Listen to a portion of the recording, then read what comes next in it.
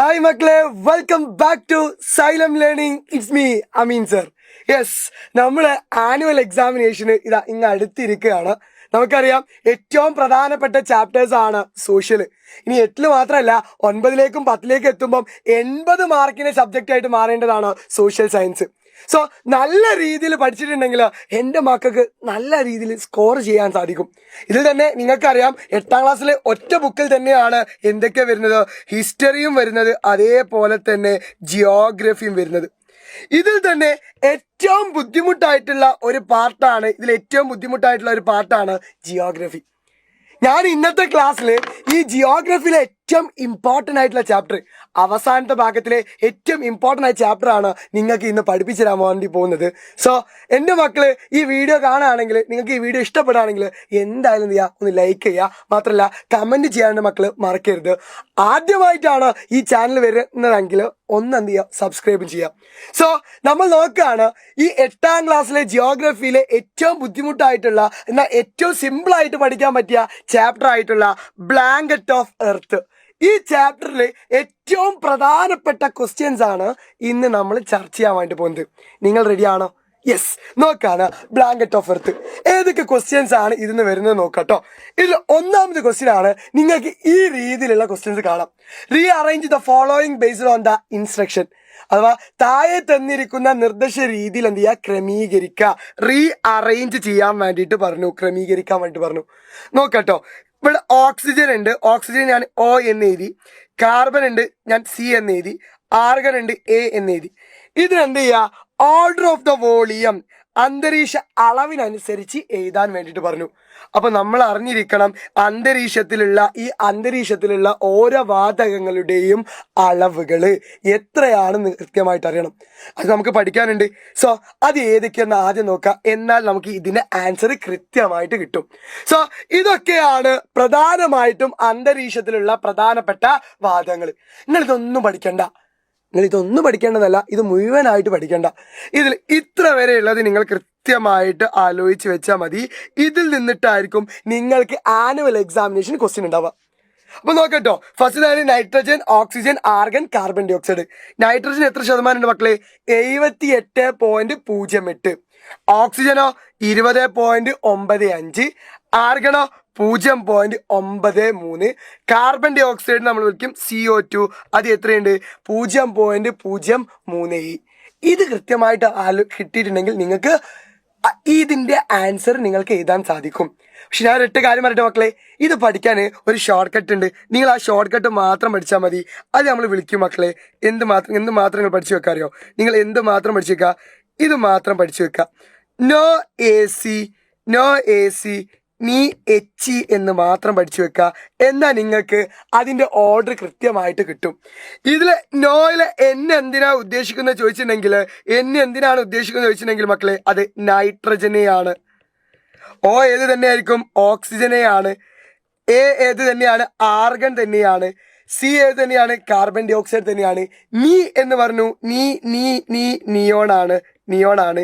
HE means HE അഥവാ ഹീലിയമാണ്. അപ്പം ഇതിലെ പ്രധാനപ്പെട്ടതിന്റെ ഒരു ഓർഡർ കിട്ടി. നോ AC നീ HE. അതിലേക്ക് നിങ്ങൾ എന്ത് കൂട്ടി കൊടുത്താൽ മതി? ഇതിന്റെ അളവും കൂടി നിങ്ങൾ പഠിച്ചാൽ മതി.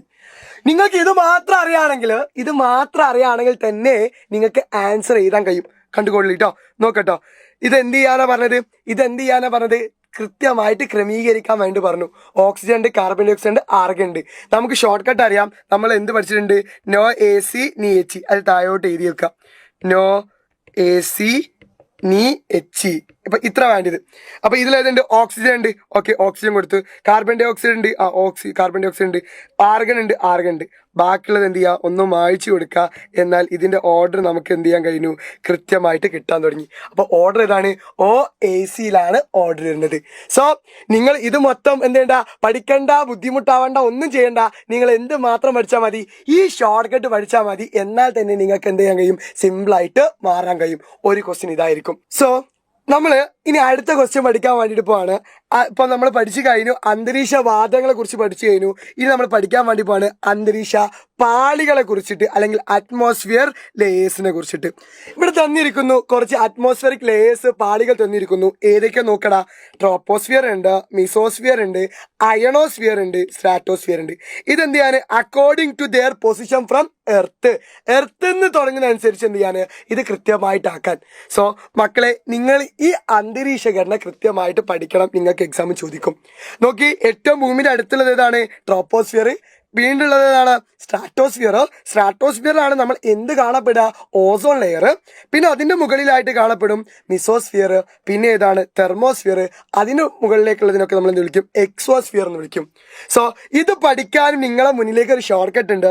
നിങ്ങൾ എന്ത് മാത്രം പഠിച്ചാൽ മതി അറിയാം മക്കളെ? നിങ്ങൾ എന്ത് മാത്രം പഠിച്ചാൽ മതി? ദ മോസ്റ്റ് എന്ന് പഠിച്ചു വെക്കുക. The most. അപ്പൊ ഒന്ന് ചിന്തിച്ച് നോക്കി. അപ്പൊ ഏറ്റവും താഴത്തുള്ളത് ട്രോപ്പോസ്ഫിയർ ആണ്. പിന്നുള്ളതാണ് സ്ട്രാറ്റോസ്ഫിയർ. സ്ട്രാറ്റോസ്ഫിയറിലാണ് എന്ത് കാണപ്പെടുന്നത്? ഓസോൺ ലെയർ കാണപ്പെടുന്നത്. പിന്നെയാണ് മിസോസ്ഫിയർ. പിന്നെയാണ് തെർമോസ്ഫിയർ. അപ്പം ഈ ഷോർട്ട് കട്ട് പഠിച്ചിട്ടുണ്ടെങ്കിൽ മക്കൾക്ക് അന്തരീക്ഷ ഘടന സിമ്പിൾ ആയിട്ട് പഠിക്കാൻ കഴിയും. നമുക്ക് ചോദിച്ച ക്വസ്റ്റ്യനും അത് തന്നെയാണ്. ഇത് കൃത്യമായിട്ട് ഭൂമിയുടെ ഓർഡറിലേക്ക് മാറ്റാൻ. സോ നമ്മൾ പഠിച്ച ഷോർട്ട് കട്ട് നമ്മൾ ഇവിടെ എഴുതുന്നു. ദ മോസ്റ്റ് ഇങ്ങനെ എഴുതിയിട്ടുണ്ട്. ഇതില് ഭൂമിയുടെ ഏറ്റവും അടുത്തുള്ളതാണ് ട്രോപ്പോസ്ഫിയർ. അപ്പൊ ഭൂമിയുടെ ഏറ്റവും അടുത്തുള്ളത് ഫസ്റ്റ് നമുക്ക് കിട്ടി ട്രോപ്പോസ്ഫിയർ. പിന്നെ ഉള്ളതാണ് മിസോസ്ഫിയർ ആണോ? മിസോസ്ഫിയർ അല്ല. പിന്നുള്ളത് ഏതാണ്? സ്ട്രാറ്റോസ്ഫിയർ. ഓസോൺ ചോദിച്ചിട്ടില്ല, അതുകൊണ്ട് ഓസോൺ ഞാൻ എന്ത് ചെയ്തു? ജസ്റ്റ് ഇവിടുന്ന് എന്ത് ചെയ്തു? വായിച്ചു തരും. പിന്നെ വരുന്നതാണ് ഏത്? മിസോസ്ഫിയർ. പിന്നുള്ളതാണ് അയണോസ്ഫിയർ. അഥവാ തെർമോസ്ഫിയറിന്റെ താഴെ ഭാഗത്ത് കാണപ്പെടുന്നതാണ് എന്ത്? അയണോസ്ഫിയർ.